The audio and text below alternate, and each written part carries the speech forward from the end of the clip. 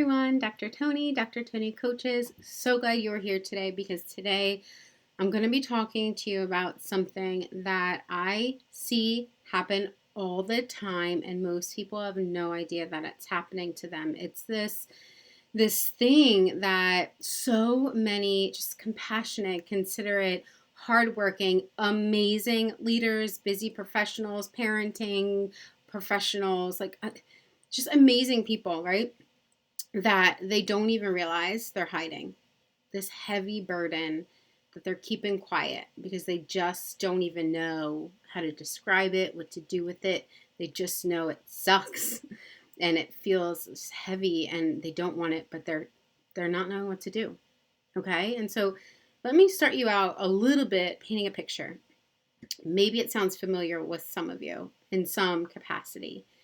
It was a Monday morning after the typical rough night of sleep, which of course was made worse by the dreaded Sunday night feeling. You ever get those Sunday scaries, the Sunday anxiety? He looked at his phone, and as he glanced at it, he got a look at his inbox, completely loaded, completely flooded, and he could already tell today was going to be another day of just working to depletion. He was already tired of the day before he even got out of bed. Everyone always needed something from him, even during his sleep, it seemed. And so, with a hefty sigh, he got up and he was ready to pour himself into his day, even though he felt like his cup was already almost pretty empty. First, the emails, and then the phone calls before he even left his house, and then the lengthy work meeting alerts that were going off that weren't scheduled appropriately, like not with enough time in between each of them as he had wanted. And so he murmurs to himself, don't these people know I have a life and other things to do too? Like, I have a lot of stuff on my plate. Don't these people realize that? And he could notice that his frustration levels were rising once his wife asked him a question and was like, why aren't you answering me? He didn't even realize he wasn't answering, but he wasn't present. And so her voice rose because she had her own work schedule. She was a leader in her own right, plus the house and the kids to manage. And so she was not pleased to be ignored. And he sensed her annoyance, so his voice elevated too when he finally responded, whatever you want. What a great start to the day, huh? Can anyone relate to any variation of that, whatever that might look like for you and your particular family makeup or family dynamics? The thing is, both this husband and wife were incredibly strong leaders, really, really good at what they did. They were admired, they were respected, they were caring, they were just amazing human beings, in my opinion at least. But they were also both stretched really thin and they were exhausted. And as they pushed to get through their days, they seldom set boundaries or took minutes or time or moments to tend to their own needs, their own care, their own desires. They were busy, like many of us, right? They were driven, they were ambitious, they were loving, they were giving, they cared about their work, their impact, their family. They had a lot of responsibilities and a lot of roles to fill. But they also kept quiet about this secret burden that they carried with them day in and day out. And they partly kept it hidden because they didn't even really know what it was. They couldn't really put a label to it. They just knew it felt bad. And so they ignored it, of course, as much as they could, stayed busy, tried to stay productive, tried to be effective, did the things they needed to do, and just tried to ignore that blah kind of feeling. The secret burden was that they were stuck in a resentment cycle with no idea how to get out. And that's what I want to talk with you all about today, the resentment cycle. Maybe it doesn't sound fun, but it's really important. And once you hear even more of what I'm about to share, you're going to know exactly what I'm talking about and exactly why it's important. So stay tuned or forward this to someone you know needs to hear it, okay? Because it's something that I've seen happen time and time again beyond what I can even count at this point. And it goes something like, I want to do well. I need to do well. I'm a person who cares. Maybe I'm a leader. I'm considerate. I'm productive. I'm effective. I'm responsible. I get stuff done. People count on me. I'm going to try to be considerate as much as I can, even if it's to the point of paralysis analysis, as provoking my own anxiety or overly connecting with my inner critic to the point where it's beating me up. I'll do what it takes and I'll make sacrifices or put others' needs before my own if I have to. And listen, that all sounds really admirable, doesn't it? There's a big push and grind for living that way in our society among many circles. However, what happens when these standards become a rigid requirement for the way that you tend to live your life and for who and how you have to be without exception, and the intended outcome, that one that you made the sacrifice for in the first place, doesn't even turn out the way that you had hoped, well, that makes it hard. There's consequences for that. There's effects that you feel as a result of that, right?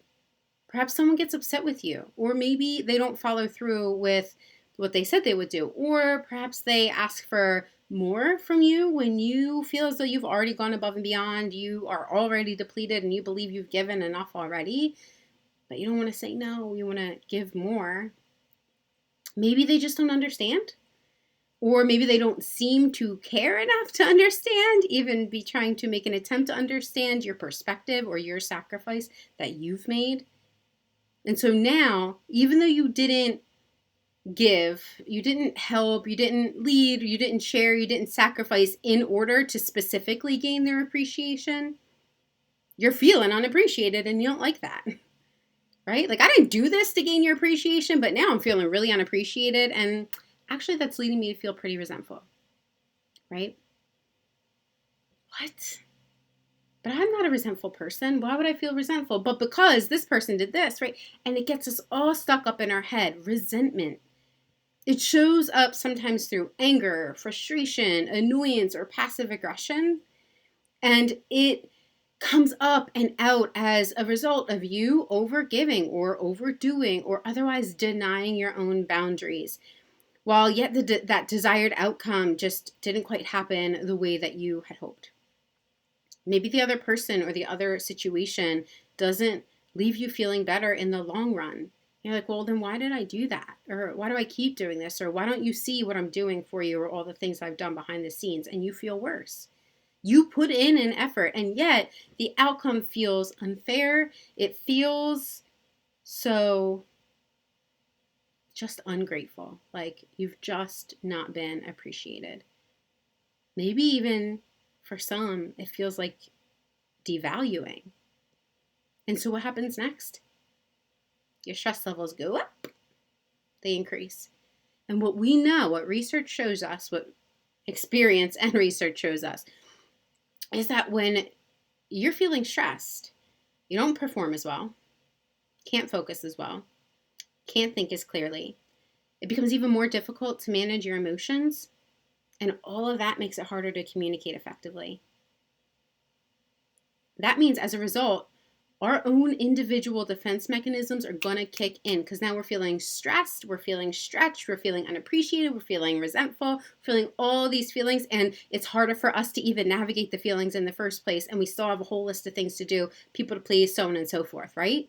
And so these defense mechanisms are going to pop up. They reliably pop up. Even if you want to deny it, even if you're not aware of what yours are, they pop up, whether you're aware or not. And when you're feeling this resentful, when you're feeling the stress after feeling like you've been giving or considering or sacrificing in some way while being left unappreciated, then you wind up making choices that you're not super congruent with. You might wind up saying or doing things, right, that later on maybe you regret or has made matters worse because you weren't in a good place where you could think clearly before you did it or said it. Maybe you yelled at a friend. Maybe you lashed out at a colleague. Maybe you shut down towards a significant other. Maybe you beat your own self up even more. Whatever the case is, typically it goes outward first in this particular cycle. And after this passes, now you're left feeling frustrated with you. You're left feeling frustrated with the choices that you've made. And this is where guilt and shame often creep in. They're sly, they're slick. And the frustration turns towards yourself. because of the action or inaction that you took in that place of resentment. And if you're feeling guilty or ashamed, but you're also struggling to forgive yourself, then you're going to wind up holding on to those heavy feelings. And when you hold on to those heavy feelings of guilt and shame, and you're unwilling or unable to allow yourself to move forward without holding a grudge against you, the situation, the person, then it builds up. The guilt and the shame do not just go away on their own. They compound in the background. As a result, you're going to find yourself back in fix it, overgive, overdo, overcompensate, or sacrifice mode. Right back where you started. When you begin trying to fix or resolve things that you can't actually fix or resolve, you're trying to control things that are beyond your control, like how another person feels, or how another person acts, or how they view you, or the outcome of a particular situation, or whatever, right? So at this point, you're feeling out of control, but you're grasping for control. Trying to demonstrate control by focusing on things outside of your control leads you right back to where you started, in this super action mood, overly doing X, Y, or Z. And the resentment cycle begins again. Except this time, it can happen with a vengeance, because unresolved emotions do not just disappear, despite what some people may believe. They build up. And they show up somewhere at some point in some way. They do need to be acknowledged and processed. And when they're not, they do not just disappear. If the cycle is not effectively intervened upon, it's going to grow. It's not just going to stop on its own. It's going to get stronger. It's going to get more intense. It's going to show up in other ways, in other areas of your life. It can run rampant in different relationships that you have at home, as partner, as friend, or at work, as boss, as colleague, or maybe parent or family, wherever. It can lead the highly capable, for example, the formerly mentioned husband and wife that I began with, to feel more stressed, more exhausted, more on edge, more disconnected, even though you're working harder and harder, even though they, the husband and wife I mentioned, were working harder and harder. They felt like they were making less and less inner progress. And so they worked harder and harder, feeling more exhausted, more stressed, right? So why does this happen? Why does this happen? A hardworking, caring people. Like, we're hard workers. We care. Like, we want to contribute, right? Why is this happening? Because as a hardworking, impact-driven person, you value relationships. You value respect. You value contribution. And by constantly overdoing and not tending to your own needs or getting clear on your own boundaries, then you actually wind up neglecting these very values that you have, right? These values of respect, of contribution, of this connection, this relationship, right? You wind up devaluing or neglecting the value that you have for those pieces within your relationship with you. Let me say that again.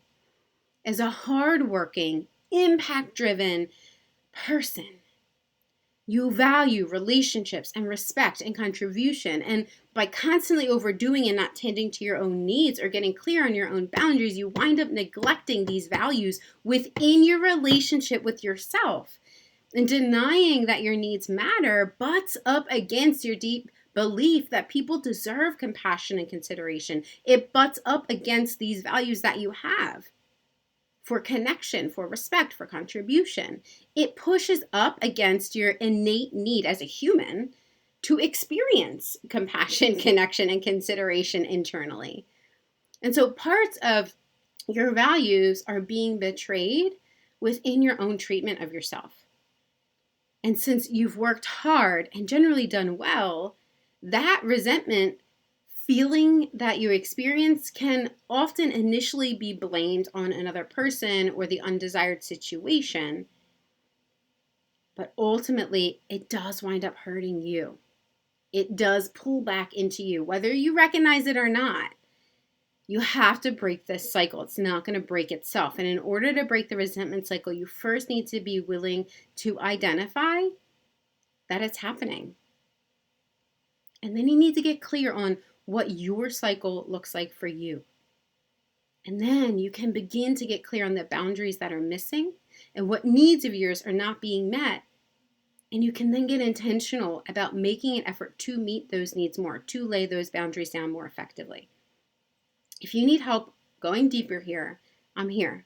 All right. You schedule a single session with me. I will leave the link below. All right. But what we need to do is break that resentment cycle, because when you break that resentment cycle, you feel more free. You feel more connected. You are able to do what you do because of who you choose to be, not because of who you feel forced to become or who you feel forced to be. It's a different way of making decisions. It's a different way of living. And it starts with this internal shift. Okay, so if you want help diving deeper there, schedule a single session with me. Let me know that you want to dive deeper into your resentment cycle. I am going to be so excited to help you to do that because, like I said, I just see this time and time and time and time again. All right, if not, if you decide not to schedule a single session, don't neglect this, okay? Because it will get stronger, it will get bigger. Don't neglect it. Do something about it, okay? Whether you want to do it on your own or you want to connect with a different professional, please do something about it. You deserve to enjoy life more, okay? And you know what? So do those around you. And this is going to impact your life. It's going to impact your relationships. For better or for worse, it will. All right, so let's get on it. Let's do something about it. I know you can do it. Looking forward to connecting with you if this resonates with you. Link below. Thank you so much for being with me today. Until next time.